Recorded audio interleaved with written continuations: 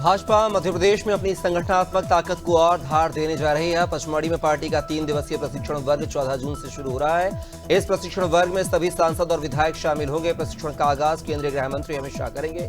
वहीं समापन सत्र में रक्षा मंत्री राजनाथ सिंह मौजूद रहेंगे।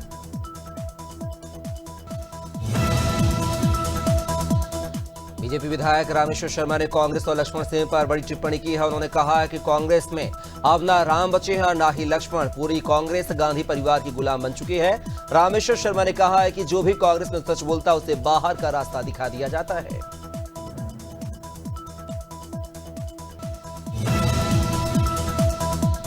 उत्तर प्रदेश में शिक्षा के स्तर को नया आयाम दिया जा रहा है। कोशिश है कि स्टूडेंट्स को किसी तरह की समस्या का सामना न करना पड़े।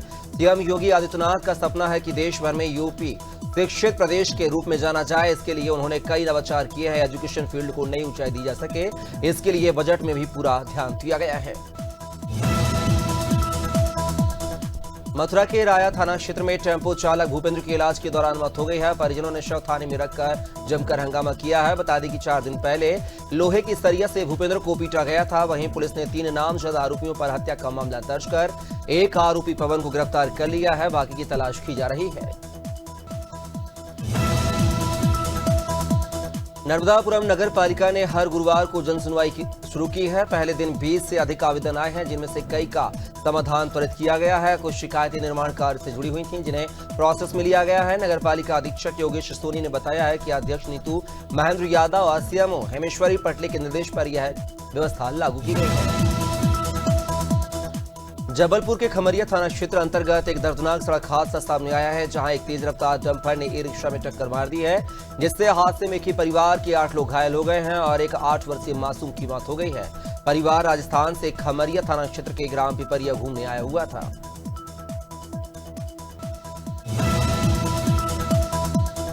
झांसी शहर कोतवाली इलाके में 60 वर्षीय वृद्धा की संदिग्ध हालत में लाश मिलने से सनसनी फैल गई है। मृतक के बेटे ने बताया है कि पिता के गले में धारदार हथियार के निशान हैं और चेहरे पर चोट भी है। शरीर को जलाने का भी प्रयास किया गया है, जिससे लगता है कि उनकी हत्या की गई है। पुलिस मामले की जांच कर रही है।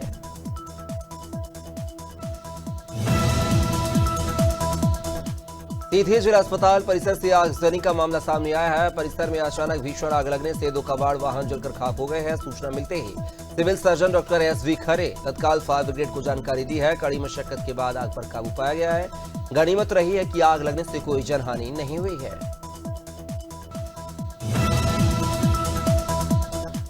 सितारगंज लावपला कंपनी की यूनिट 2 पर खड़ी बस, जो कि रोंग साइड खड़ी थी, जिससे 35 वर्षीय जगन्नाथ की बाइक बस से टकराई और जगन्नाथ घायल हो गया, जिसको बस ड्राइवर ने हॉस्पिटल पहुंचाया है। इलाज के दौरान जगन्नाथ की मौत हो गई है। मृतक जगन्नाथ का 3 वर्ष का पुत्र और पत्नी का रो रो कर बुरा हाल है।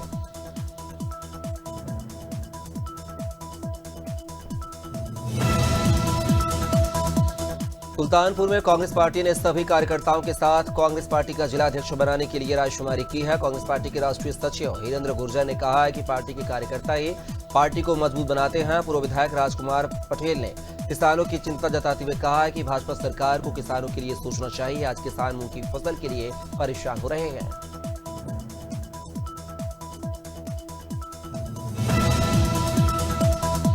अमेठी के इन्होना क्षेत्र में एक ज्वेलरी की दुकान से ठग ने 38 ग्राम सोने की चैन पार कर दी है। ग्राहक बनकर आए युवक ने 3 लाख का जेवर खरीदने का नाटक किया और चैन शर्ट की जेब में रखकर फरार हो गया है। पूरी वारदात दुकान में लगे सीसीटीवी कैमरे में कैद हो गई है। पूरे मामले की जांच पुलिस कर रही है।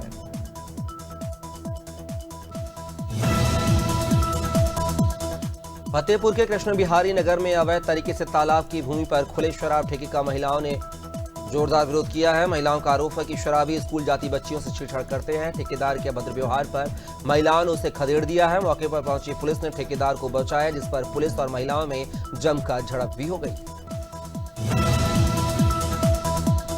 हरदोई के अतरौली थाने में तैनात दरोगा अरविंद यादव रिश्वत मांगने के आरोप में निलंबित कर दिए गए हैं। वायरल ऑडियो में चार्जशीट लगाने के बदले पैसे मांगते हुए दरोगा की आवाज सामने आई है। मामले की पुष्टि के बाद एसपी नीरज जादौन ने न सिर्फ उन्हें निलंबित कर दिया है, बल्कि मुकदमा दर्ज करने के निर्देश भी दिए हैं।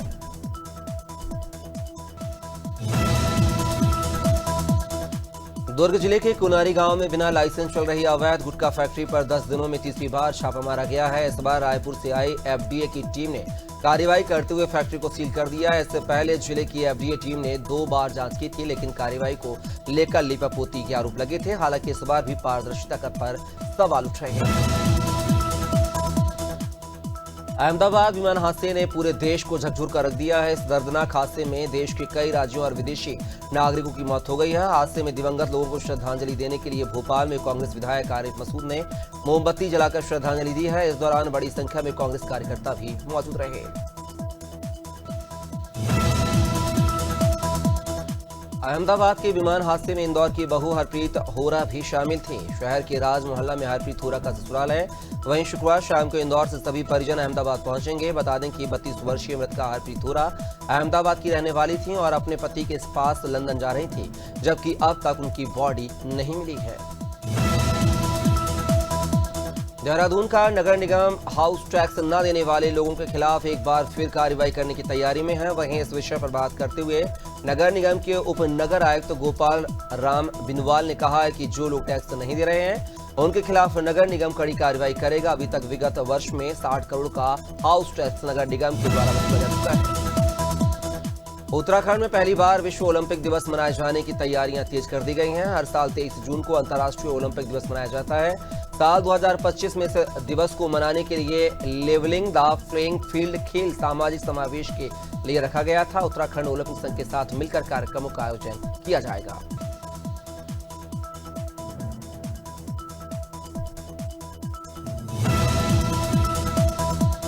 हल्द्वानी में जबरन धर्म परिवर्तन करने और फर्जी दस्तावेजों से शादी का रजिस्ट्रेशन कराने का सनसनीखेज मामला सामने आया है। युवक की बहन ने इस मामले में बनभूलपुरा थाने में युवती के खिलाफ शिकायत भी की है। बहन का आरोप है कि युवती ने उसके भाई को पहले प्रेम जाल में फंसाया और फिर उसका जबरन धर्म परिवर्तन कराकर फर्जी दस्तावेजों की मदद से शादी की है।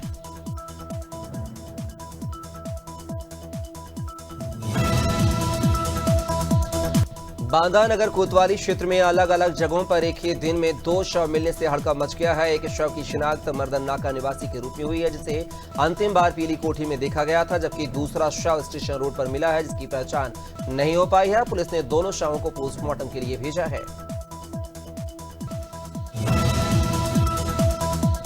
वैशाली नगर निगम क्षेत्र में भीषण गर्मी के बीच लोग पीने के पानी को तरस रहे हैं। वार्ड वासियों का आरोप है कि नल कनेक्शन के लिए पार्षद और कर्मचारी गरीबी रेखा से नीचे रहने वालों से भी हजारों रुपए की मांग कर रहे हैं। पानी की किल्लत और तालाबों में कचरा डालने की शिकायत लेकर महिलाएं निगम कार्यालय पहुंची।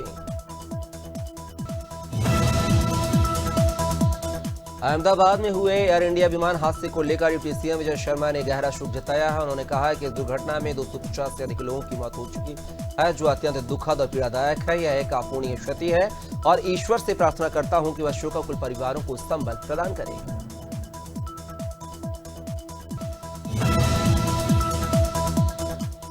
उत्तराखंड में एक पेड़ मां के नाम अभियान को लेकर जनता में खासा उत्साह दिखा जा रहा है। यह पहल 5 जून विश्व पर्यावरण दिवस से शुरू होकर 16 जुलाई तक हरेला पर्व के दिन तक जारी रहेगी। भाजपा प्रदेश अध्यक्ष महेंद्र भट्ट ने कहा है कि भाजपा कार्यकर्ता अपनी मां के सम्मान में एक पौधा लगा रहे हैं। राज्य भर में इसे व्यापक समर्थन मिल रहा है।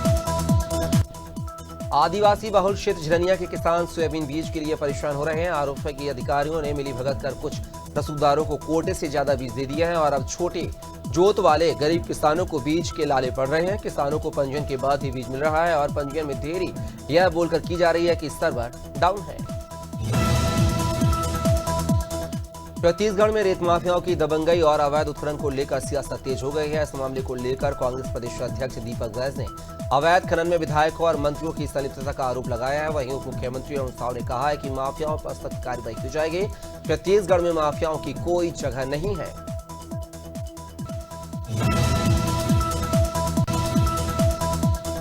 रतलाम में गुरुवार शाम मौसम ने कहर बरपाया है। तेज आंधी और झमाझम बारिश से जनजीवन अस्त व्यस्त हो गया है। बिजली गिरने से घटनाओं में 2 महिलाओं की मौत हो गई है, जबकि एक घायल महिला का इलाज जारी है। तेज हवाओं से टीन शेड और पेड़ गिरने जैसी घटनाएं भी हुई हैं। फिलहाल शहर और ग्रामीण इलाकों में नुकसान की खबरें लगातार आ रही हैं।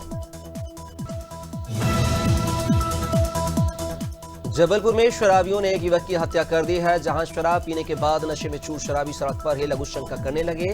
समीप से गुजर रहे युवक ने शराबियों को टोका। टोकने से नाराज शराबियों ने युवक पर चाकू से हमला कर दिया। इस बीच अस्पताल में इलाज के दौरान घायल व्यक्ति ने दम तोड़ दिया। पुलिस ने 5 आरोपियों को गिरफ्तार कर लिया है। मऊ जनपद में घोसी पुलिस और एसओजी टीम ने संयुक्त कार्रवाई करते हुए 2 अंतर जनपदीय शराब तस्करों को गिरफ्तार किया है। तस्कर गाजीपुर से बिहार अवैध शराब ले जा रहे थे, जिसे दूध के टैंकर में छुपाया गया था। चीनी मिल के पास से घेराबंदी कर पुलिस ने टैंकर को रोका, जिसकी तलाशी लेने पर 173 पेटी अंग्रेजी शराब बरामद हुई है। गुजरात के अहमदाबाद में गुरुवार को प्लेन क्रैश हो गया है, जिसमें बड़ी संख्या में लोगों की मौत हो गई है। इसी बीच रायपुर के उत्तर विधायक पुरंदर मिश्रा का भी बयान सामने आया। उन्होंने कहा है कि गुरुवार का दिन भारत के लिए दुख का दिन था। 241 लोग विमान में मारे गए हैं। मैं सभी के प्रति श्रद्धांजलि अर्पित करता हूं, भगवान से प्रार्थना करता हूं।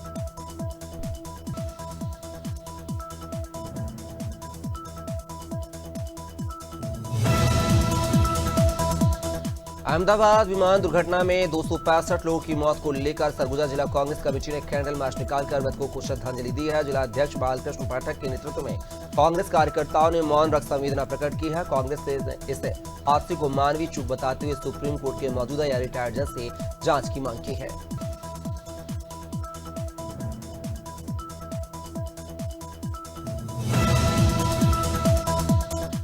चंदेरी के पास प्राणपुर घाटी में 2 ट्रक अनियंत्रित होकर पलट गए हैं, लेकिन गनीमत रही है कि बड़ा हादसा चल गया है। एक ट्रक रात में अशोकनगर से ललितपुर जा रहा था, जबकि दूसरा सुबह दमोह से बडेरा जा रहा था। सीमेंट से भरा ट्रक था। हादसे में घायल ड्राइवर और क्लीनर को स्मार्ट क्रिकेट क्लब के खिलाड़ियों ने बचाया और निजी वाहन से अस्पताल पहुंचाया।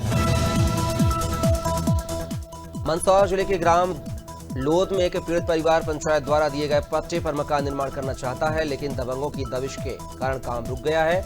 पीड़ित वर्दी चंद बलाई ने बताया है कि 1995 में मिले पट्टे को अधिकारी अब फर्जी बता रहे हैं। दबंग रोजाना गाली गलौच और विवाद करते हैं। पीड़ित कई बार शिकायत कर चुका है, लेकिन कार्रवाई नहीं हुई है। झांसी में प्रचंड गर्मी के बीच पेयजल संकट से जनता जूझ रही है। पानी सप्लाई कर रहे टैंकर से पानी को लेकर लड़ाइयां सामने आ रही हैं। कोतवाली इलाके एक शख्स ने फावड़े से ट्रैक्टर पर हमला कर दिया। ड्राइवर के साथ मारपीट की। हमले का सीसीटीवी फुटेज भी सामने आया है। पीड़ित ट्रैक्टर ड्राइवरों ने पुलिस से शिकायत कर सुरक्षा की मांग की है। बड़वानी के ग्राम सजवानी क्षेत्र में नहर में किसान का शव पाया गया है। पुलिस के अनुसार खेमा के घर सुबह 5 बजे भैंस छूट गई थी। भैंस को पकड़ने के लिए अंधेरे में दौड़ने समय वो नहर में गिर गया होगा। उसके शरीर पर कहीं कोई चोट के निशान नहीं मिले हैं। इससे उसकी डूबने से मौत की आशंका जताई जा रही है। पुलिस मामले की जांच कर रही है। छत्तीसगढ़ में लोकतंत्र सेनानी संघ ने प्रेस वार्ता कर बताया है कि मुख्यमंत्री निवास में 500 से अधिक परिवारों को सम्मानित किया जाएगा, जिन्होंने इमरजेंसी के दौरान सरकार के खिलाफ आवाज बुलंद की और संविधान को बचाने के लिए अपनी आहुति दी। लोकतंत्र सेनानी संघ ने प्रेस वार्ता कर कहा है कि 26 जून 1975 को देश की इंदिरा सरकार ने इमरजेंसी लागू की थी। कांग्रेस सांसद प्रियंका गांधी के पति रॉबर्ट वाड्रा एक बार फिर विवादों में घिर गए हैं। जम्मू कश्मीर के पहलगाम में हुए आतंकी हमले पर उनके विवादित बयान को लेकर हिंदू फ्रंट फॉर जस्टिस ने लखनऊ की सीजेएम कोर्ट में उनके खिलाफ मुकदमा दाखिल किया है। कोर्ट ने इस मामले को स्वीकार करते हुए अगली सुनवाई के लिए 20 जून की तारीख तय की है। भाजपा प्रदेश अध्यक्ष वीडी शर्मा ने कांग्रेस पर निशाना साधा है। वीडी शर्मा ने कहा कि भड़काना, कपट रखना, झूठ बोलना, छल करना, फूट डालकर राज करना यह कांग्रेस के खून में है। कांग्रेस के विधायकों की छाती पर मूंग दलने की किसानों से अपील वाले बयान पर वीडी शर्मा ने कहा है कि भाजपा की सरकार किसानों को ताकत देने का काम करती है, जबकि कांग्रेस केवल भड़काती है।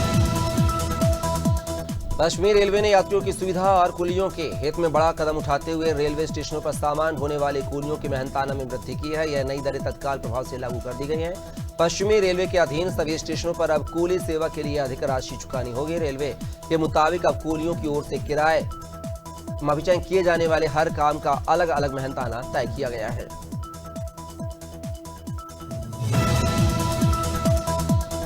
गुजरात के अहमदाबाद में हुए दर्दनाक विमान हादसे पर छत्तीसगढ़ के उप मुख्यमंत्री अरुण साव ने गहरा शोक जताया है। रायपुर में उन्होंने कहा है कि एयर इंडिया के विमान में हादसे में 265 यात्रियों की मौत ने पूरे देश को झकझोर कर रख दिया है। उन्होंने दिवंगतों को श्रद्धांजलि दी है और शोकाकुल परिजनों को संबल प्रदान करने की ईश्वर से प्रार्थना की है।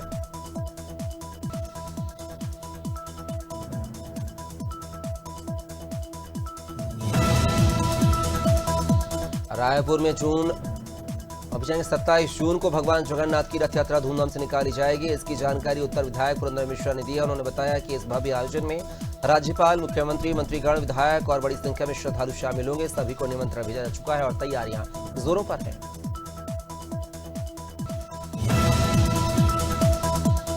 बुरहानपुर के कई वार्ड इस समय शुद्ध पेयजल की भारी किल्लत से जूझ रहे हैं, तो वहीं कई इलाकों में लोग बदबूदार और गंदा पानी पीने को मजबूर हैं।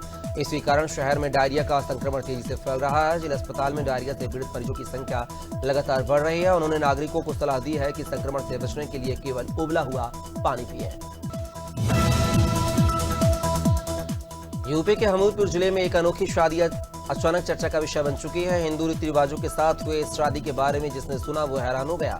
जी हां, चौकी अहमद पूरे कर्मकांडों के साथ की गई है शादी, जिसमें बीते मंगलवार को मंडप संस्कार किया गया तो बुधवार को मायना भोज कार्यक्रम हुआ और 11 जून को धूमधाम से बारात लेकर बारात मायके पक्ष के गांव पहुंची। अहमदाबाद में एयर इंडिया विमान हादसे ने पूरे देश को झकझोर कर रख दिया है। इस हृदय विदारक दुर्घटना में ग्वालियर जिले के जगस्तौली गांव निवासी आर्यन राजपूत की भी मौत हो गई है। बताया जा रहा है कि आर्यन MBBS प्रथम वर्ष के छात्र थे। हादसे के समय वह हॉस्टल की मेस में मौजूद था।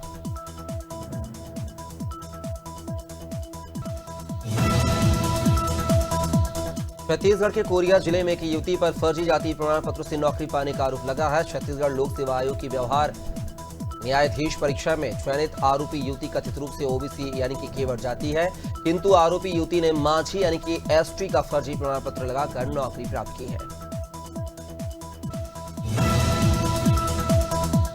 रायगढ़ पुलिस ने डॉक्टर भीमराव अंबेडकर की प्रतिमा पर मिर्ची लगाने वाले 2 आरोपियों को गिरफ्तार करने में सफलता पाई है। मामले का खुलासा करते हुए रायगढ़ SP दिव्यांग पटेल ने प्रेस को बताया है कि बीते 9 जून के सुबह अंबेडकर चौक पर स्थित भारत रत्न डॉक्टर भीमराव अंबेडकर की प्रतिमा से हुई छेड़छाड़ को देखकर आम नागरिकों ने पुलिस को सूचना दी थी। उसी के तारतम्य में यह कार्रवाई की गई है। मध्य प्रदेश इस समय भीषण गर्मी की चपेट में है और अगले 6 दिनों तक हालात खराब हो सकते हैं। मौसम विभाग ने वेस्ट MP के 4 और ईस्ट MP के 2 जिलों में हीट वेव का अलर्ट जारी किया है। इन इलाकों में तापमान सामान्य से कहीं ज्यादा रहेगा और लोगों को सतर्क रहने की जरूरत है।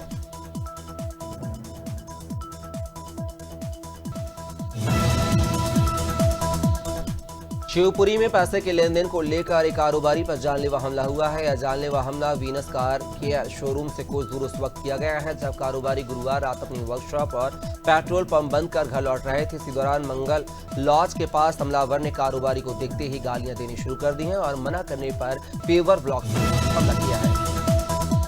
भोपाल पुलिस ने एक शातिर चोर को गिरफ्तार किया है। आरोपी पिछले 15 सालों से चोरी की वारदातों को अंजाम दे रहा था। आरोपी और उसके एक साथी ने 2 माह पूर्व पिपलानी थाना क्षेत्र में चोरी की थी। पिपलानी पुलिस तो उसके साथी को पहले ही गिरफ्तार कर चुकी थी। आरोपी के पास से 6 लाख रुपए के सोने चांदी के जेवरात बरामद हुए हैं। छत्तीसगढ़ कांग्रेस प्रदेश अध्यक्ष दीपक वैज ने भाजपा पर निशाना साधा है। दीपक वैज ने कहा है कि 25 वर्ष के सार्वजनिक जीवन में पहली बार उनकी धार्मिक आस्था को लेकर टिप्पणी की गई थी, इसलिए उन्होंने कानूनी नोटिस भेजा है। वहीं दीपक वैज के बयान पर पलटवार करते हुए वन मंत्री केदार कश्यप ने कहा है कि जो व्यक्ति आदिवासी समाज के धर्म, आस्था, संस्कृति को लेकर चुप्पी साध कर बैठे हैं।